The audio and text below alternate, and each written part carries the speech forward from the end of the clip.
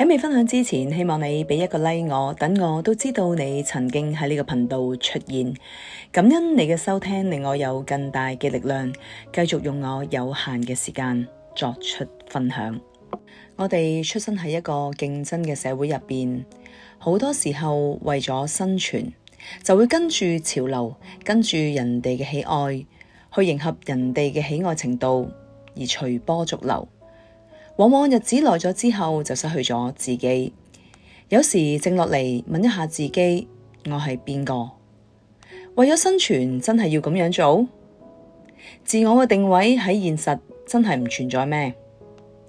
我真係要做人哋喜歡嘅我，或者我要做返真正嘅我？好多時候呢一個問題都會好複雜，想做返自己又怕得罪人。做唔到自己又驚自己唔開心。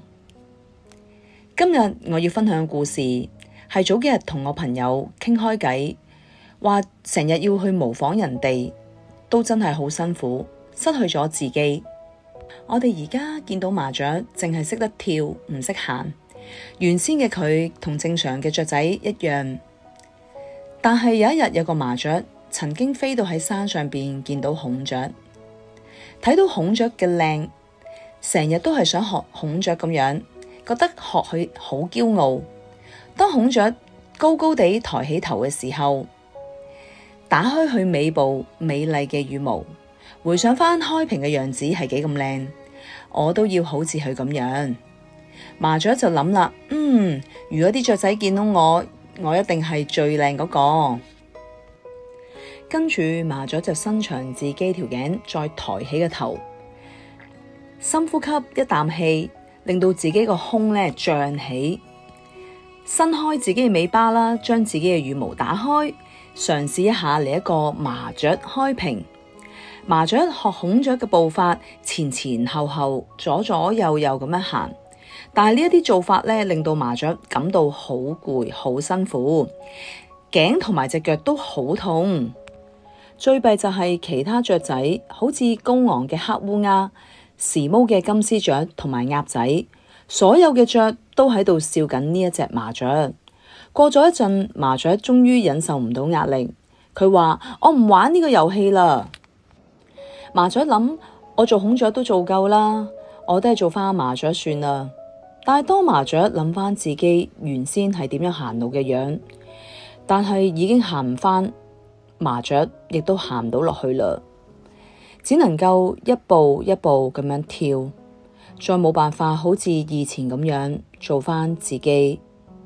而家你睇到麻雀只係跳唔識行路嘅原因，大家都會明白。